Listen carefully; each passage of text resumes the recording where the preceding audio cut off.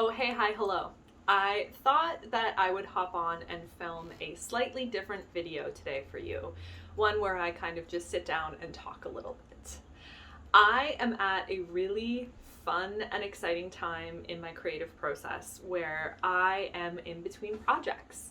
If you didn't catch in my last vlog, I finished the third draft of the book that I was writing, and I'm done with it. I am trying to sell it. I am eventually going to self-publish it if that doesn't work out. That's really exciting, and I'm sure there's plenty more to come on that project. But I'm at the point now where I'm looking to start a new one, and I thought that it would be really insightful, maybe interesting for you if I talk a little bit about how to start writing a book, a novel in particular.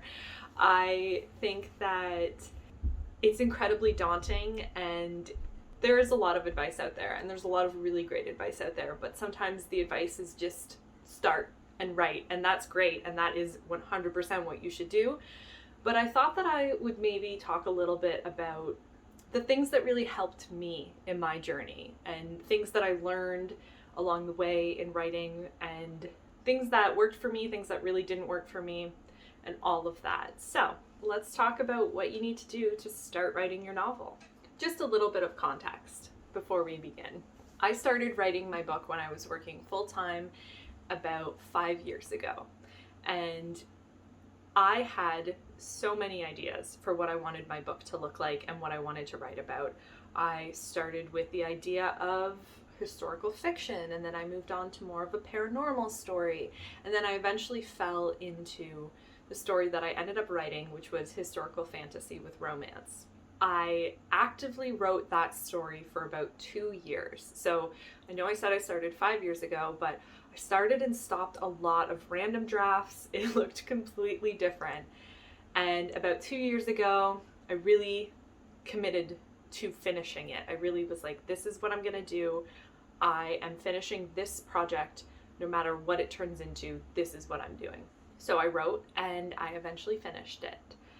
I explained a little bit more about the various drafts of my work in my last video, so I won't go through that again. I've always been a writer, and I've always loved writing, and I never really thought that I would get into fiction writing. I loved poetry. I loved to write poetry when I was in high school. I loved my creative writing class, but I never really thought about writing a long form fiction work before. I got into journalism out of high school because I really didn't think that I could come up with ideas for creative writing.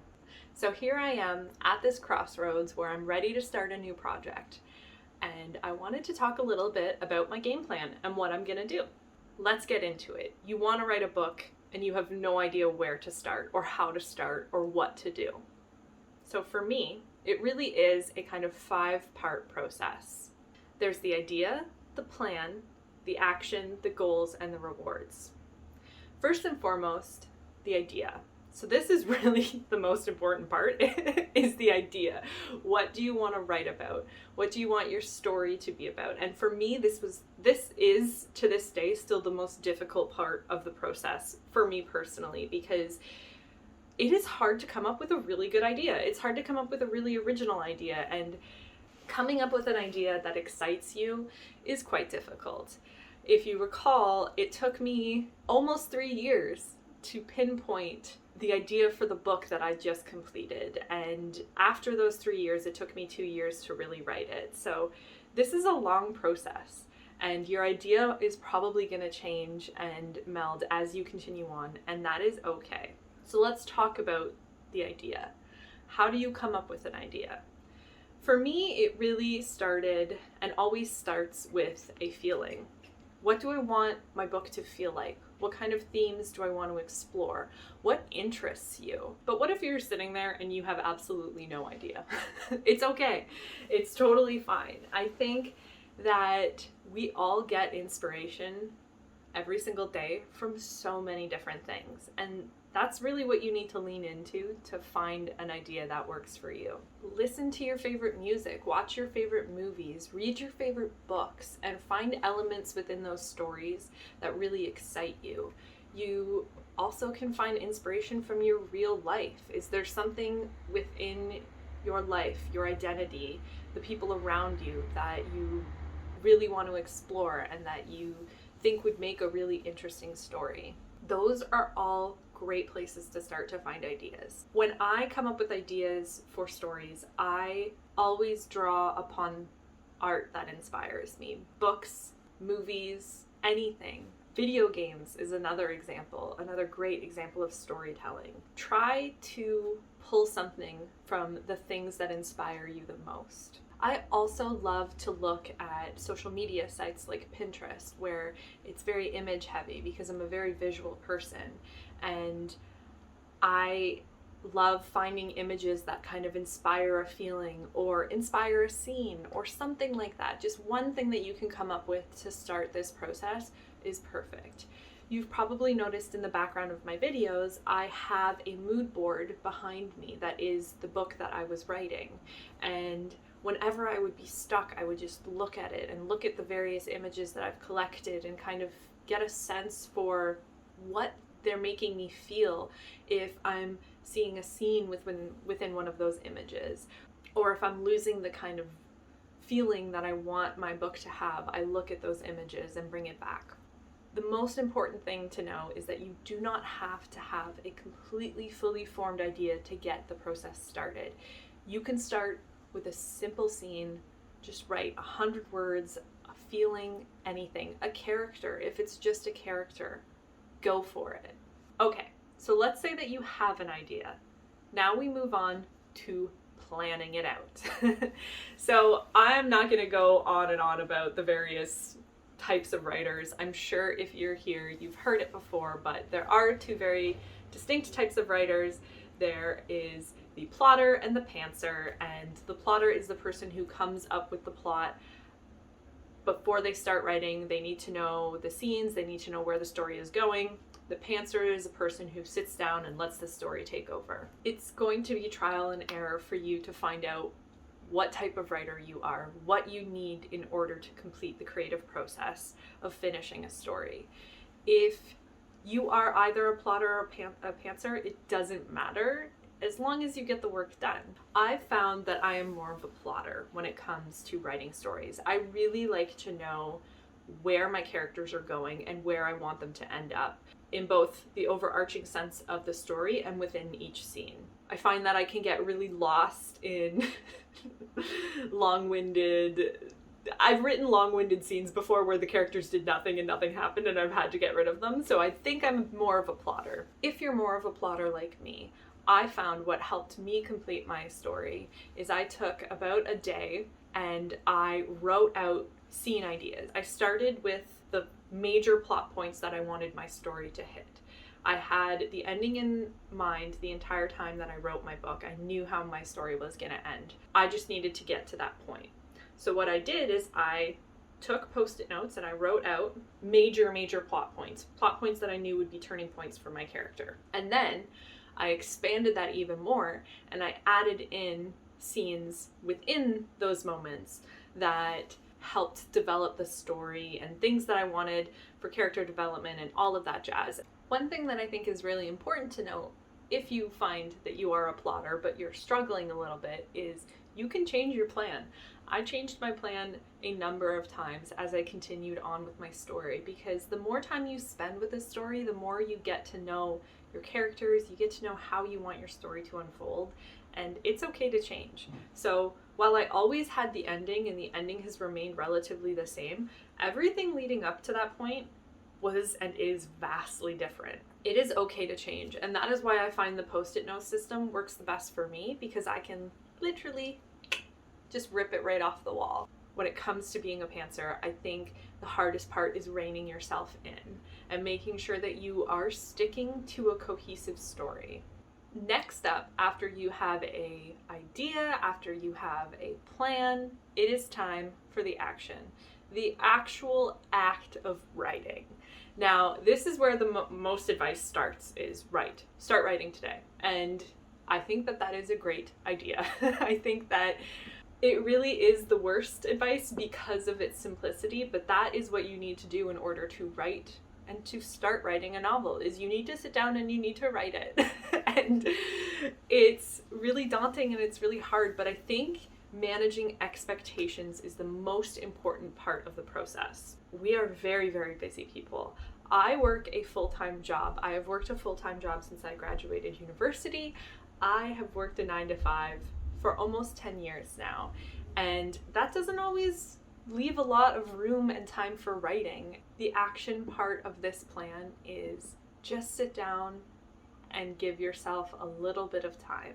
Pick a day somewhere in the future and say, this is the day that I'm going to start this book, and be kind to what you are able to accomplish in a day. If you are only able to get 50 words out on a paper, that's great, and that is a start. I think that we get in our heads so much about what being a creative should look like and what being a writer should look like. It's just not fair to everybody. We all live incredibly different lives, and you should just be kind to yourself when it comes to the action part of this plan. Do what you can with what you have and go from there. Never compare yourself to someone else's process. As I said, we all live incredibly different lives, and there's something about writers that they love to compare themselves to other writers, and they love to compare their process, and in so many ways they do it to make themselves feel less worthy. But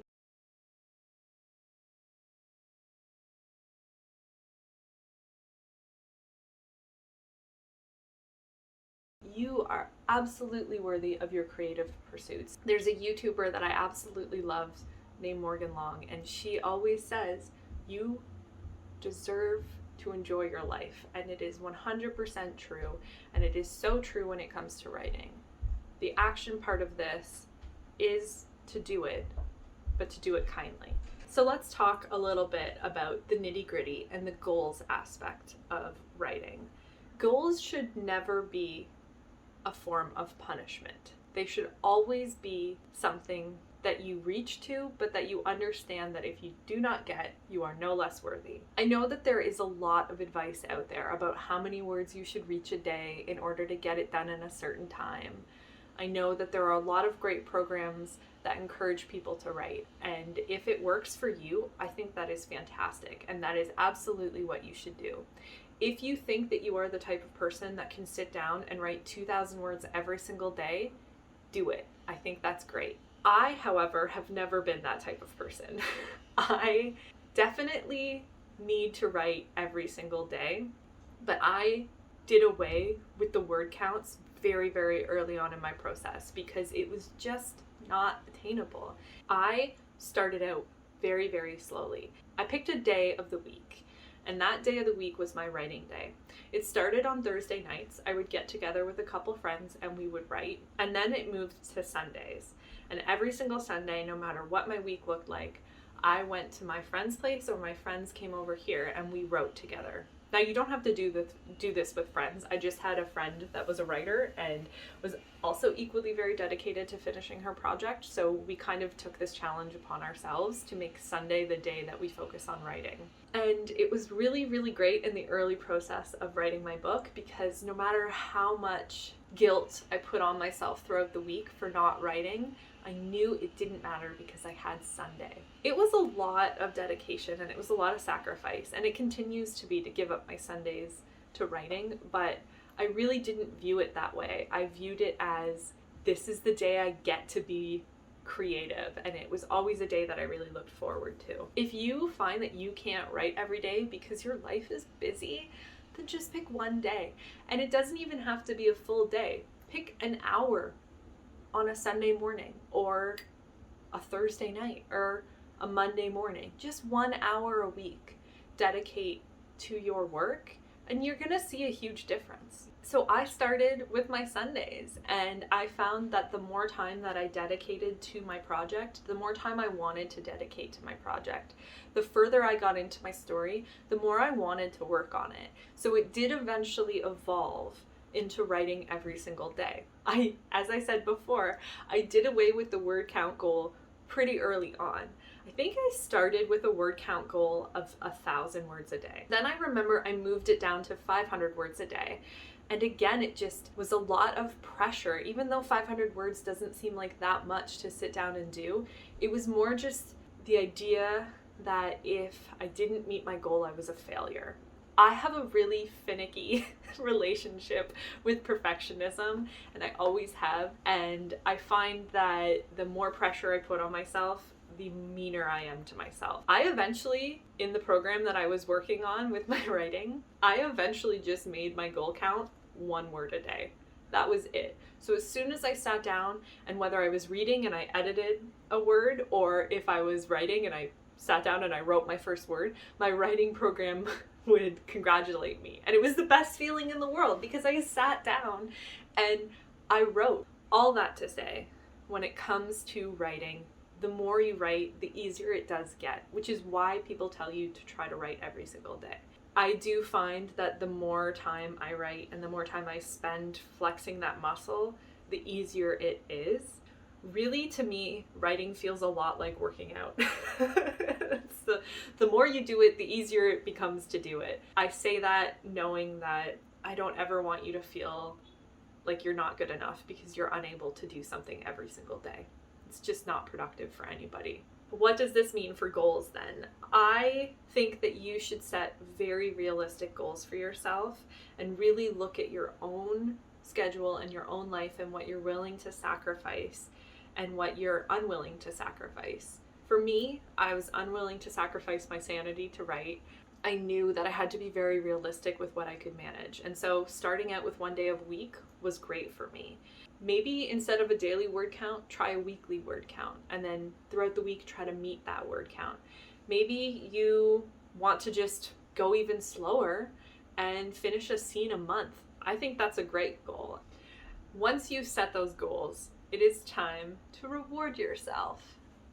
I think that rewarding myself was a really, really good way to encourage myself to get the work done that I needed to get done. Obviously, the reward is finishing a book at the end of the road, but depending on how long it takes you to finish that book, it's a really long way off, and it's really, really hard to have that kind of foresight.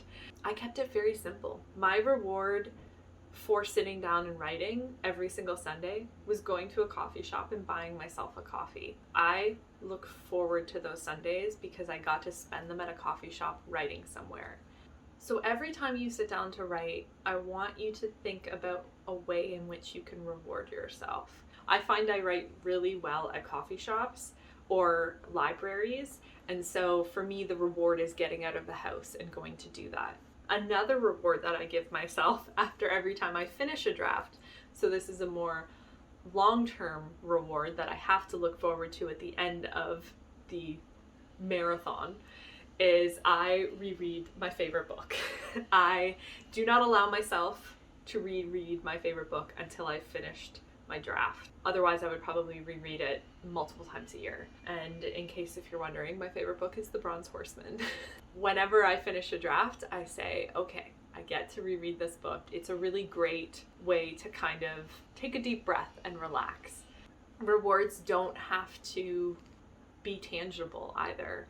I think that whatever gets you sitting down and writing is good enough, and it doesn't have to look like how it looks for other people. There we have it. We have idea, plan, action, goals, and rewards. I hope that you enjoyed this video. I hope it gave you a little bit of sense of how I approach starting a novel. I hope it gave you some ideas on how to start this process. Please let me know how you start this process and what this process looks like for you and what works down in the comments below. In the meantime, I will absolutely vlog me starting my next book.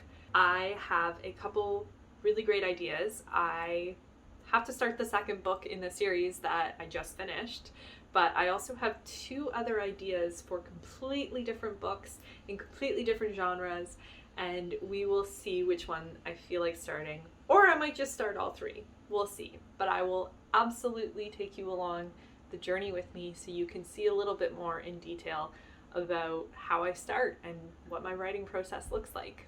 I wish you all the luck on starting your project, and just know that whatever your process looks like, as long as it works for you, it's right. Thank you so much. Bye.